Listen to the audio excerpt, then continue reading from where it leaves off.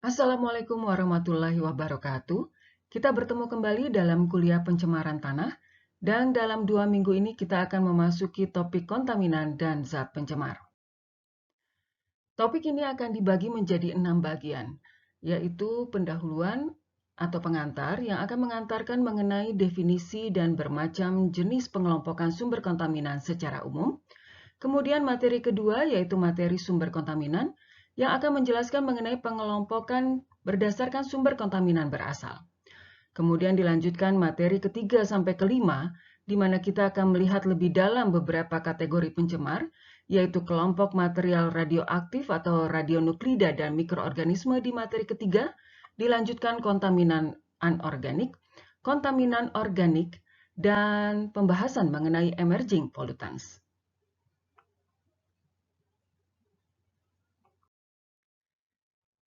Sebelum melangkah lebih jauh, kita bahas dulu definisi dan perbedaan istilah kontaminan dan polutan atau zat pencemar.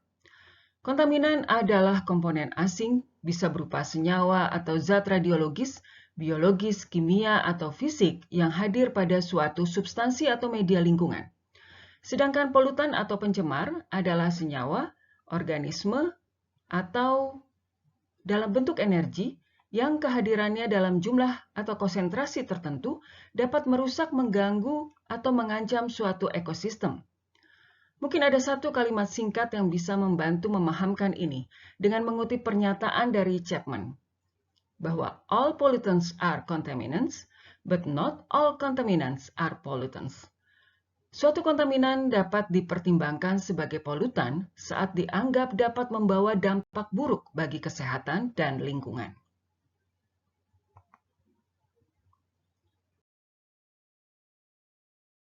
Dalam berbagai literatur dijelaskan bahwa pertumbuhan penciptaan dan pengembangan bahan kimia sangat pesat sejak tahun 1970-an. Tidak ada yang tahu pasti berapa banyak bahan kimia yang diproduksi dan digunakan di seluruh dunia. Tapi diperkirakan hingga saat ini terdapat sekitar 25.000 sampai 84.000 bahan kimia yang beredar di pasaran. Bahkan Derek Muir, periset kimia lingkungan dari Kanada, dalam presentasinya menuliskan kalau diperkirakan terdapat 73 juta bahan kimia berupa zat organik dan anorganik di seluruh dunia, dengan sekitar 19,2 juta merupakan bahan kimia yang tersedia secara komersial, namun hanya sekitar 308.000 bahan kimia yang merupakan kelompok bahan kimia yang telah diatur atau diinventaris. Sementara dari jumlah tersebut, hanya kurang dari 500 bahan kimia yang secara rutin diukur atau dimonitor dalam media lingkungan. Zat pencemar atau kontaminan dapat dikelompokkan dalam beberapa kategori. Zat pencemar yang ditinjau dalam topik kuliah ini utamanya adalah zat pencemar yang berbentuk cair atau dapat larut dalam air, yang dapat kita bagi menjadi 4 kategori. Yang pertama adalah material radioaktif, yang berasal dari kegiatan menggunakan radioaktif atau pelarutan alamiah mineral yang mengandung radioaktif. Yang kedua adalah mikroorganisme, berupa bakteri, jamur, virus, ataupun parasit yang patogen. Kemudian yang ketiga adalah kontaminan anorganik, yang berupa garam-garam, senyawa nitrat, fosfat, dan trace elemen, termasuk logam dan non-logam.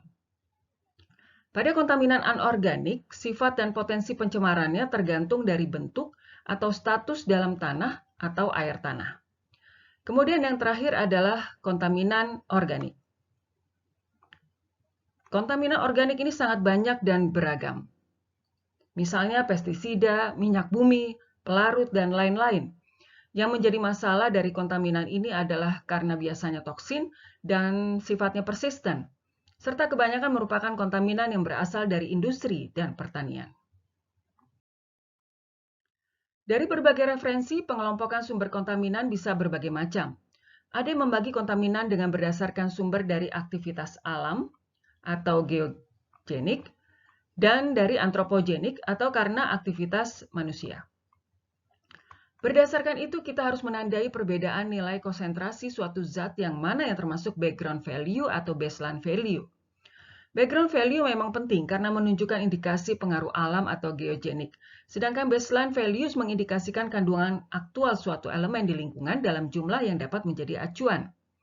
Konsentrasi background yang dipengaruhi kondisi alam dan biasanya berhubungan dengan dinamika lingkungan dalam pembentukan tanah, di mana nilainya sangat spesifik tempat atau spesifik lokasi.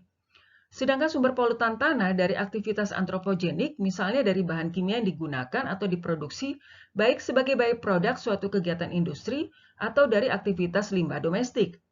Bahan-bahan kimia ini dilepas ke lingkungan baik secara sengaja, misal dari penggunaan pupuk pestisida dan aktivitas irigasi dengan limbah cair yang tidak diolah, atau secara tidak sengaja akibat kecelakaan seperti tumpahan minyak atau lindi dari TPA.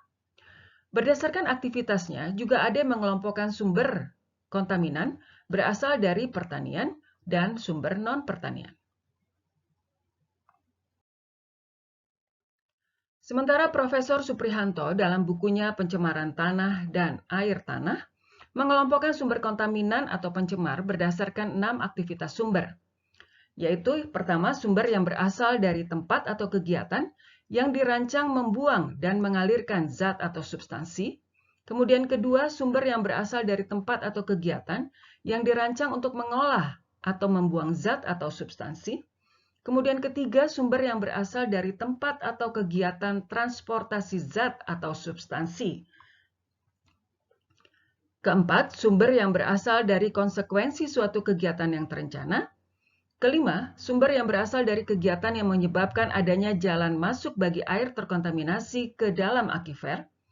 Dan keenam, sumber kontaminan yang bersifat alamiah atau terjadi secara alamiah, tetapi terjadinya pengaliran atau penyebarannya disebabkan oleh aktivitas manusia.